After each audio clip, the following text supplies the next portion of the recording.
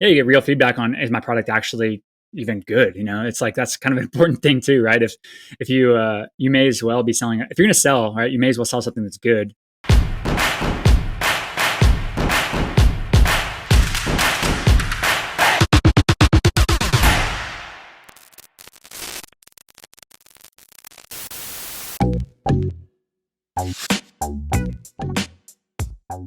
Hey guys, this is Andrew back for part 2 of Etsy, all about Etsy. I'm with my good friend Cody. Cody is the CEO, founder of Everbee. Thank you so much for being here, Cody.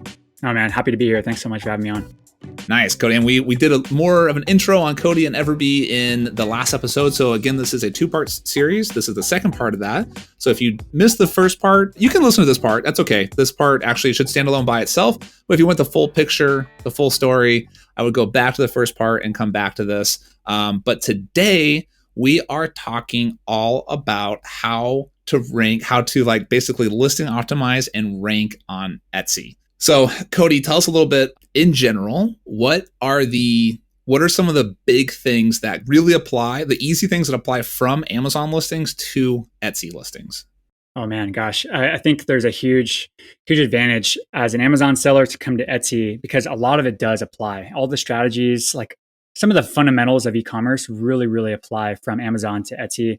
Simple things like images, right? Optimizing your images, making sure it's using all your image slots that are available, optimizing for using the video, the slot in Etsy listings. You absolutely want to be taking advantage of that. It's a fairly new feature from Etsy like a couple of years ago. Then you have like the keywords in the title. Etsy, they use like the first part of their keywords, the main keywords in your title of your listings, and then kind of using that from Amazon, the same strategy of like your back-end keywords, the search terms. You want to use that kind of the same idea with Etsy. And Etsy calls them tags though. And that's like a huge benefit to take that kind of that fundamentals, those concepts, those learnings from Amazon, apply them to your Etsy listing. There's a lot of crossover. Nice. Love it. And we're going to go into full length on all those different details in this podcast, in this coming episode. So now we'll get to it. All right. So that's the tags. Okay. And some photo optimization. You were going into the title thingy, and I've never heard this. So tell me. So obviously, title the listings, just like Amazon's the main thingy, whatever. But you said something about the keyword 1/3 or something. Yeah. So I mean, it's anecdotal, of course, but based on what we've learned from all of our selling community and successful sellers, that we all kind of believe kind of the same thing. That Etsy uses like the first third of their title as like the main ranking type of impact, I guess you could say.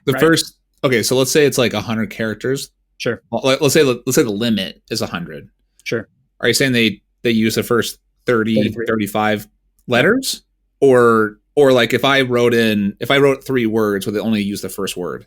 They would use the first 33 characters. That's the base. Based on what I believe, based on what we've seen, as the main, and everything else is, they use it too, but it's bonus, right? Just like Amazon. It's bonus at that point. So they take like the first third of the title as the biggest impact.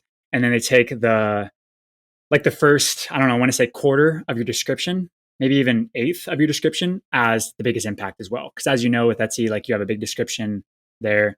A big mistake sellers make is, they start going into the specs of their listing right away, in the description. But really that's a big opportunity to actually repurpose your title, work it into your top part of your description. That's a huge advantage just from a ranking standpoint. So the majority of sellers, like I said, they go into their specs, or they'll just go into write-in instructions. They literally say like, step 1, buy. Step 2, like, like they make this mistake, and we're trying to do our best job of like educating people like, hey, this is actually a big opportunity to improve your SEO here. Make sure you capitalize on that. Nice. Interesting. So that's good. Did not know those things. So, and also, in general, you should always, good copy is benefit led, not feature led, right? Absolutely. Something, because I have my engineering background, we're all like features, right? It's 72 millimeters by 36 and it weighs 2.2 pounds. And it's like, no one cares about that. Really does not. It's made of Polania special reformatted hydrated wood or whatever. Like, no one cares. It does not matter. Exactly. The benefit, right? The benefit is that it's the perfect size to fit in your hand. It's the thing that will make your day better it will optimize it'll whatever, that kind of benefit stuff, right? I guess if we're trying to pick keywords, and I love the strategy of just like looking at other people's homework, I love that strategy. But if we aren't, is there another way of like kind of figuring out the search volume and the kind of what keywords to target? Because long tails are really important, right? Sure. But you always want to find like longish tail, not like super long tail, right? So we're thinking like dog tails, not like snakes, right? Don't just long tails, sure. Right? And so how do we know? And on Amazon, at least they tell us brand analytics, and we can use like Jungle Scout and Helium 10 will tell us like this search term gets 800 searches a month, whatever. Like, how do we know that stuff on Etsy?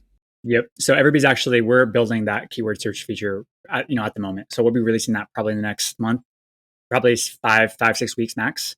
So we're actually working on that right now. But at the moment, probably the best way to do it doesn't solve the search volume number, but you actually go to Etsy, go to the platform, right? You type in dog, right? And then you're going to start seeing a bunch of auto-populated terms. And this is the same as Amazon, by the way. Go to Etsy, do that. You're going to see a bunch of auto-complete type of terms. You're going to see dog collar, dog collar green, dog collar, whatever, right? You're going to see a bunch of things populate. And these are ranked in order of relevance and search volume. So that's the best way to do it, probably right there. And then more importantly, you drill into, what actually, from there, you drill into which products are actually selling the best, and then use those tags and keywords for your listing. Nice. That's good. Yeah. There's some other tools out there too, like Marmalade, eRank, things like that focus on keyword. And those, I believe, are beneficial also. So I think it just depends on if you want to go to the free route or like the paid route. I think there's solutions out there for that. Nice. Interesting. Yeah, I know. And it's interesting because on Etsy, because it's a smaller platform, you would want to go shorter long tail, if that makes sense. Right? Because the problem is that, so for me, my favorite long tails are about 1,000 searches a month. Right. So we kind of focus a lot of energy on the 1,000 to 5,000 searches a month. That's really kind of like where 80% of our sales come from. Of course, 20% of our sales come from those long tails, which would be like under 1,000, between 100 and 1,000 searches a month. We use use analytics tools to kind of tell us this data, right? And if you don't trust analytics tools, you can go to brand analytics, which every Amazon seller has if they are brand registered. And they will tell you the rank. So those ranks I just described, if you just want to go to brand analytics, it's about 500,000 to 1 million. Is that what I described as the 1,000 to 5,000 or 1,000 to 10,000 searches a month? Yep. And then 1 million to 2 million is that kind of 100 to 1,000 searches a month, right? Okay. But because imagine if Amazon had 1/10 or 100th search volume, I wouldn't want to, being ranked number 20 on a search term with like 5 words in it actually might be okay in that space, but probably not on Etsy. So you'd want to go a little bit shorter till you'd be number 5 ranked for a 2-word phrase rather than a 10-word or 5-word phrase. So anyways, I probably just mumbled through that a little too much, but whatever. Like in general, at least I would, and you tell me, Cody, you know more about Etsy than I do. I would target probably slightly shorter tail stuff. Yeah, I'd say so, probably. Partially because I think that the way that Etsy works is as a platform, like you have what's the amount of search products that actually pop up when you type in a search on Amazon? Is it like 20? Or what is it nowadays? Well, the 300 show up. The first page, it depends on if you're mobile or this or that, but it's as few as 20, as much as 50. Okay, gotcha. So Etsy is pretty much, if you're on desktop at least, I don't know what the mobile is exactly, but it's 64 listings. Oh, wow. Yeah, so there's a lot, right? And they're all tiles. So Amazon buyers, the way that they kind of are, is you guys can probably relate. Whoever your listeners are, and you as well, right? Like you typically scroll a lot more on Etsy, and you're almost more patient, right? Whereas if I'm looking for a broomstick, I'm llooking for the thing on the top of the first page, right? Like I'm not trying to mess around, like look for the most beautifully designed broomstick, on Etsy. I mean, on Amazon, I want to buy one. Like literally, that's it. Whereas Etsy, the buyer's persona is different, right? They're shoppers. They shop more, and that's why they're not sensitive on price. They're not necessarily sensitive on shipping times, even always, right? They're not like sensitive on like if this is coming from the US or if it's coming from like UK sometimes, right? So some of that stuff doesn't quite matter as much on Etsy. Like you don't have to show up in the top half on the Etsy page to have a good chance of getting a sale. People will scroll a little bit further, and sometimes they even go to page 2, whereas Amazon, they like never go to page 2, right? So I don't know if that answers your question at all, but that's the way that I kind of view Etsy's buyers versus Amazon buyers. Yep, that makes sense. Okay, the last thing I think I want to talk about that's really different on Etsy versus Amazon are reviews. Explain to us how, as you know, on Amazon, the review gets posted on the product, and it's kind of tied to the ASIN. There's some complicated stuff around it, but generally it's tied to the product itself. That's it. How does it work on Etsy? Yeah, so Etsy, I mean, you have, let's say you sell a mug, for example, and you have it listed. Andrew, you come and buy this mug, but you also buy the red mug also and the blue mug also. So you bought 3 mugs, right? You bought 3 different variations of the same product. Etsy buyer will leave now. They have an opportunity to leave 3 reviews through one sale. So you could stack up reviews very, very quickly on Etsy as opposed to like Amazon, right? Where it's like, it's hard to get reviews.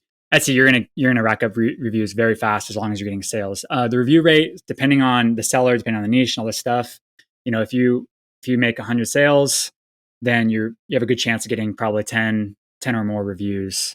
So it's a pretty good review rate, I think. I don't know what Amazon. That's what we found too. Yeah, we found that Etsy was 10-15% review rate. On Amazon, we're generally 5% is considered.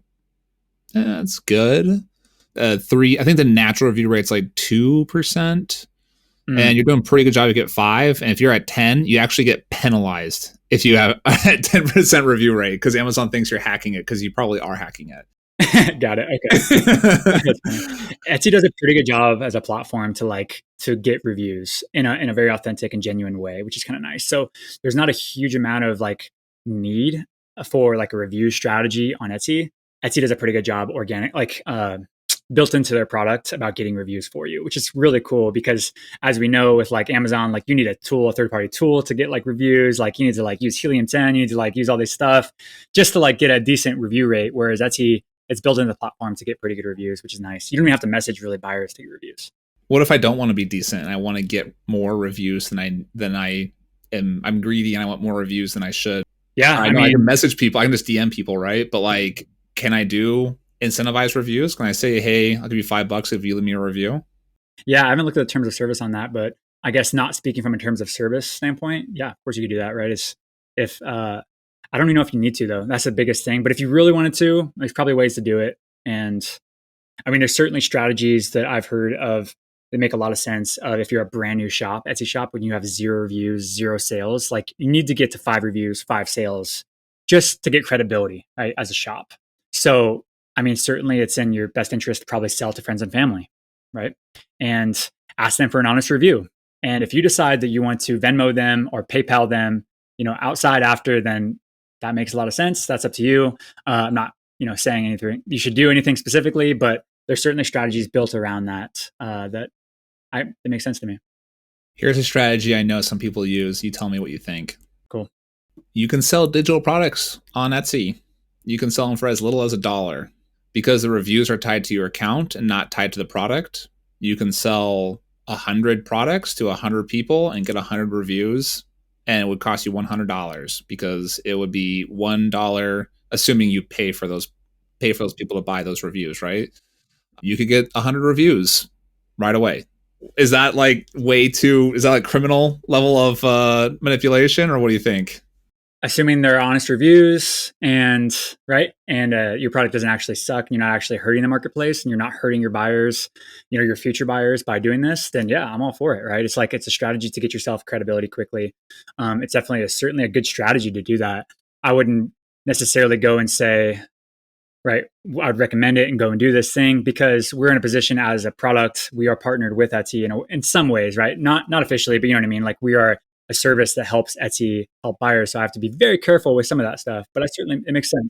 I think that is too black hat. I would suggest you don't do that. What I think there might be a strategy here that's a little bit more honest is maybe offer really low price things, right? If you are selling in the baby niche, maybe offer some type of baby guide, or maybe offer the stylized name of the child so that you can print it on a sticker or a page or something. or offer something that's a digital product and offer it at $1, $4, whatever it is, like a really, really low introductory price. Plus, actually, it can even use that as lead magnets. Like, hey, hey, buy this for $1, and now you're kind of like in our little sphere, right?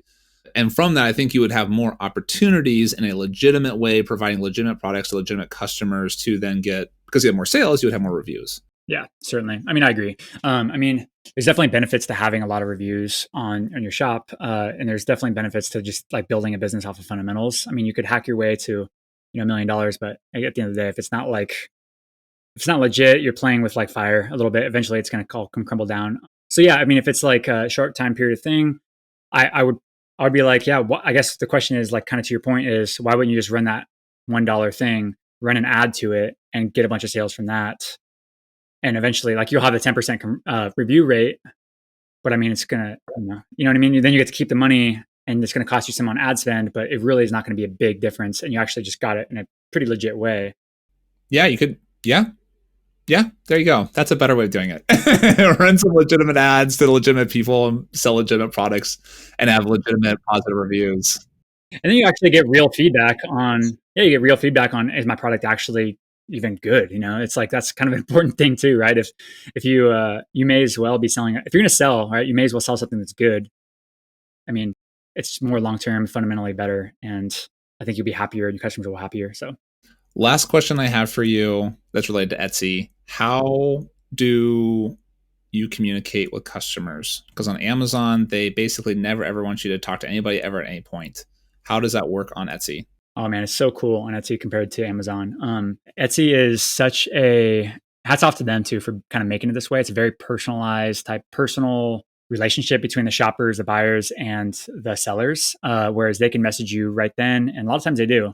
And you have the opportunity to like literally message them back before a sale, after a sale, during a sale, like, and you can build it like literally kind of a little bit of a mini relationship with a shopper right there. And what this means is that you can convert, like you could turn like shoppers into like fans and loyal, like brand fans, just because you have excellent customer service, right? Versus Amazon, like customer service doesn't come until after the sale's done and actually after something went bad with the sale, right?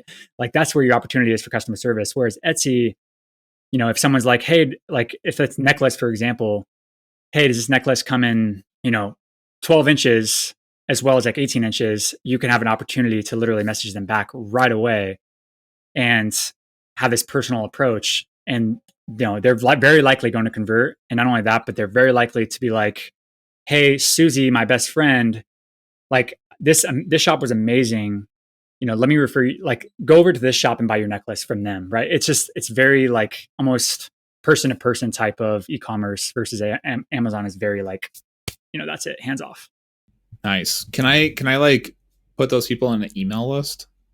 Yeah, there's, again, terms of service stuff, don't take anything that I say like and use it, but it's not technically allowed by their terms of service to actually put them on an email list and go and do this. I know if it's regarding like an order, if it's transactional, then I believe based on what I've, my understanding is that it's typically okay. But if you're just like taking a bunch of emails and then, marketing them and then, reselling them and doing all these things with their emails, that's not technically okay terms of service wise. There are softwares out there that help you, gather your email list from Etsy, from your past buyers. And there's ways to get your Etsy past buyers their email address. There's ways to like kind of do it. It's not easy and it's borderline like black hat. And, there's ways to do it. And I understand the strategy in doing that. It's just, it's a little bit like the data is out there and I don't really know where I stand necessarily on if that's totally okay and if you should build a strategy around that. Yeah, I guess that you can DM them so easily. And if it's against terms of service to put them on an email list and you can just DM them so easily, probably better not poke the bear, I guess. The way that I look at it is like, if you are trying to build like a sustainable Etsy shop, then probably just not do it. Because I mean, think about it. Like if you're an Etsy, if you're the platform, if you're Etsy, right, are you really going to want like your sellers to literally go and take all their customers' emails and then basically put them on an email list and then drive them back to their Shopify site? Like you're probably not going to want that as a platform, right? So, and typically when I look at things, if you're going to be a seller on a platform, you're kind of in a way, you're structuring a partnership, a win-win partnership with them. So if you want to be like a sustainable long-term Etsy shop, then you should play by the rules and like play, if play like you as if they were your business partner. That's how you should probably play. Now, if you're looking at Etsy as like a short-term strategy to build your email list, to look at it as a sales channel only, and you're going to actually launch your Shopify site anyway, off a platform, then that's the risks you take, right? You play those cards and you do however you feel like is fit. But if you're looking for like a long-term sustainable thing, be a good partner. And that's the way that Etsy wants that. And just like you want that too. So nice. I love that. That's good. Let's be ethical business people, right? Let's build something of value, right? Nice, Cody. I love it so much. Thank you.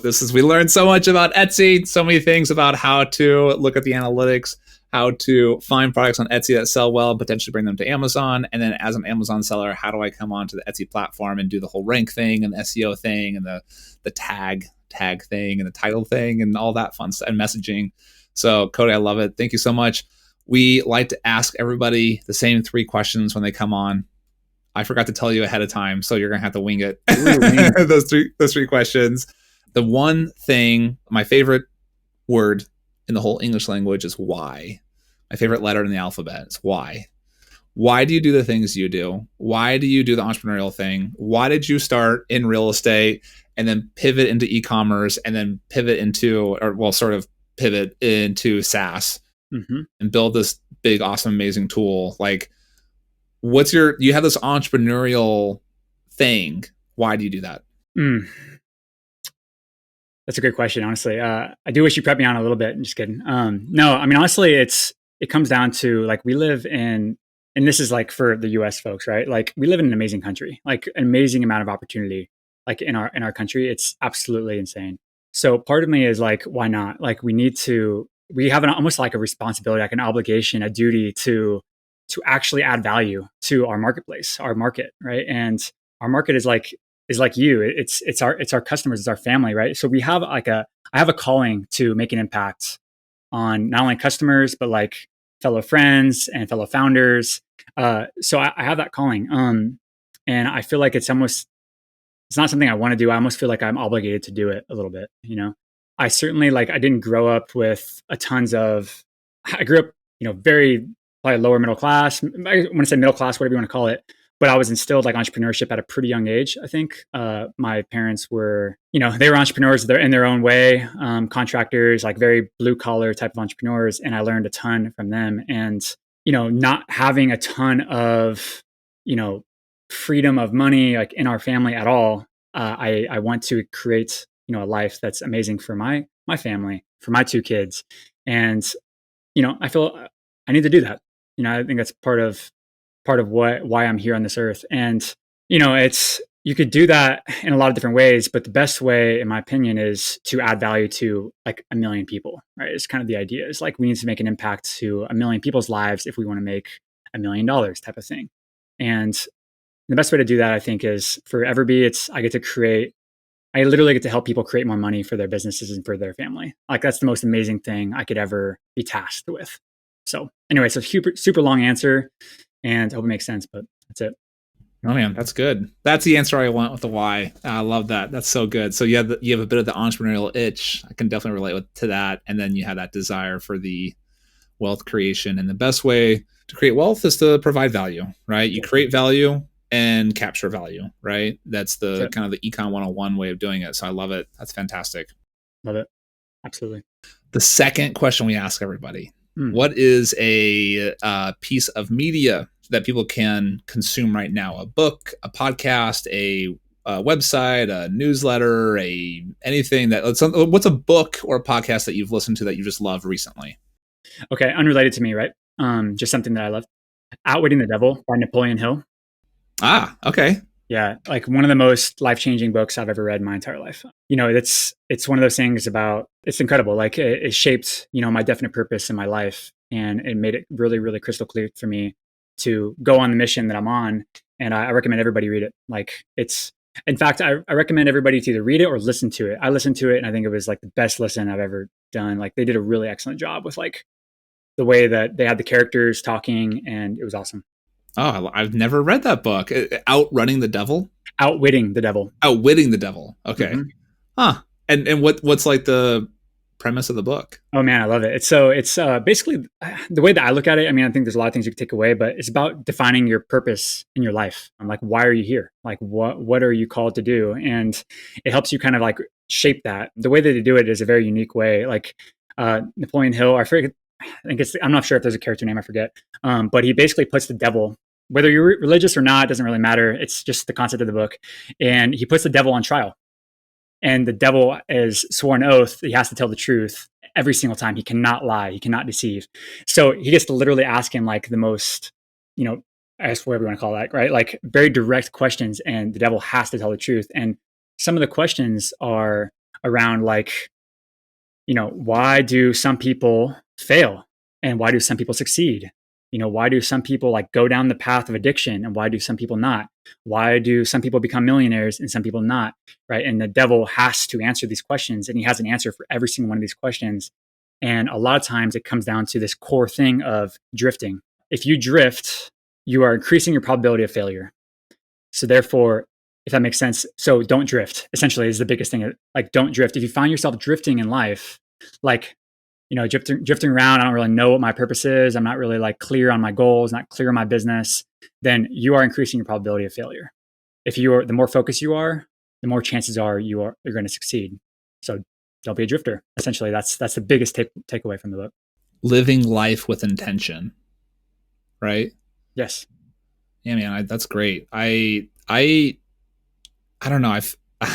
I feel like that's like one of the most important things you can do, right? Like outside of making a bunch of money or doing this or doing that, whatever, like figuring out what you want to do and then like going and doing that thing, right? Like build some intention and then go and do the thing that you wanted and do for others too. Figure out what you want to do for others and go and do that thing too, right? Like the part, I love that. That's going to be my next on my reading list.